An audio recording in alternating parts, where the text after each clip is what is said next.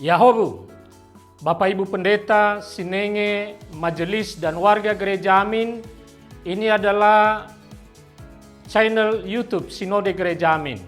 Karena itu, bagi yang mencintai Gereja Amin, tontonlah, subscribe, like, dan bagikan. Gereja Amin yang tangguh, mandiri, dan peduli. Tuhan Yesus memberkati.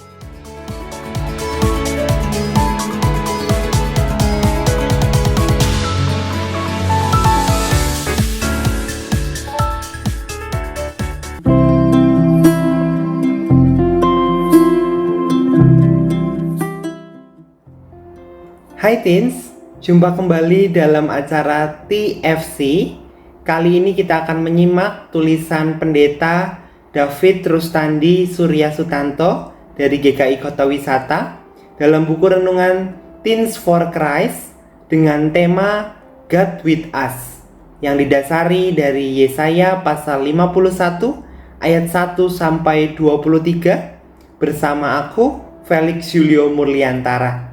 Sebelumnya, mari kita berdoa. Tuhan Allah yang Maha Kasih, kami bersyukur ya Tuhan untuk kasih dan pemeliharaanmu dalam kehidupan kami. Engkau terus menyertai kami ya Tuhan, bahkan di saat-saat sulit kehidupan kami.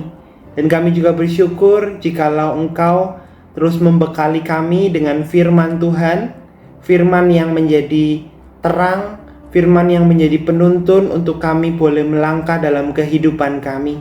Sesaat lagi kami akan merenungkan firman-Mu ya Tuhan.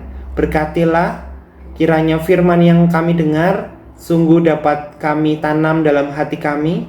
Terlebih kami dapat menumbuhkan dan firman itu juga boleh berbuah dalam kehidupan kami. Kami berdoa di dalam nama Tuhan Yesus Kristus. Amin. Yang akan menjadi pusat perenungan kita adalah Yesaya pasal 51 ayat yang ke-11. Aku akan membacakan untuk kita semua. Pulang dan masuk ke Sion dengan sorak-sorai. Sukacita abadi akan menjadi mahkota mereka. Kegembiraan dan sukacita akan memenuhi mereka. Duka dan keluh kesah menjauh. Teens, seorang ahli psikiatri dari Swiss bernama Kubler-Ross mengungkapkan bahwa ada 5 tahapan kedukaan, yaitu denial, anger, bargaining, depression, dan acceptance. Kelima tahap inilah yang pada umumnya dilalui oleh seseorang yang sedang mengalami duka cita. Tiap fase mempunyai jangka waktu yang berbeda-beda, tergantung respons dari seseorang yang berduka tersebut. Fase depression atau depresi adalah fase terberat dan harus diwaspadai karena bisa membuat seseorang mempunyai ide atau melakukan bunuh diri. Fase acceptance atau penerimaan adalah fase yang diharapkan setiap orang bisa sampai di titik ini. Pada fase ini, seseorang sudah bisa menerima keadaannya dan belajar untuk menerima hal tersebut sebagai bagian dari kehidupannya.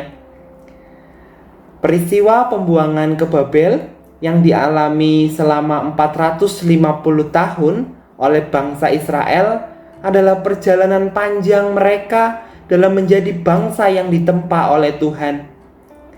Peristiwa pembuangan ke Babel telah menciptakan duka yang begitu mendalam bagi mereka, seolah mereka bukanlah bangsa yang dipilih dan dikasihi Allah.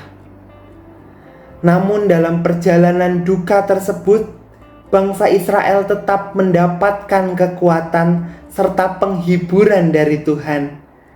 Tuhan berjanji bahwa akan ada pemulihan yang dialami oleh bangsa Israel, seperti dinyatakannya bahwa sukacita abadi akan menjadi mahkota mereka. Kegembiraan dan sukacita akan memenuhi mereka.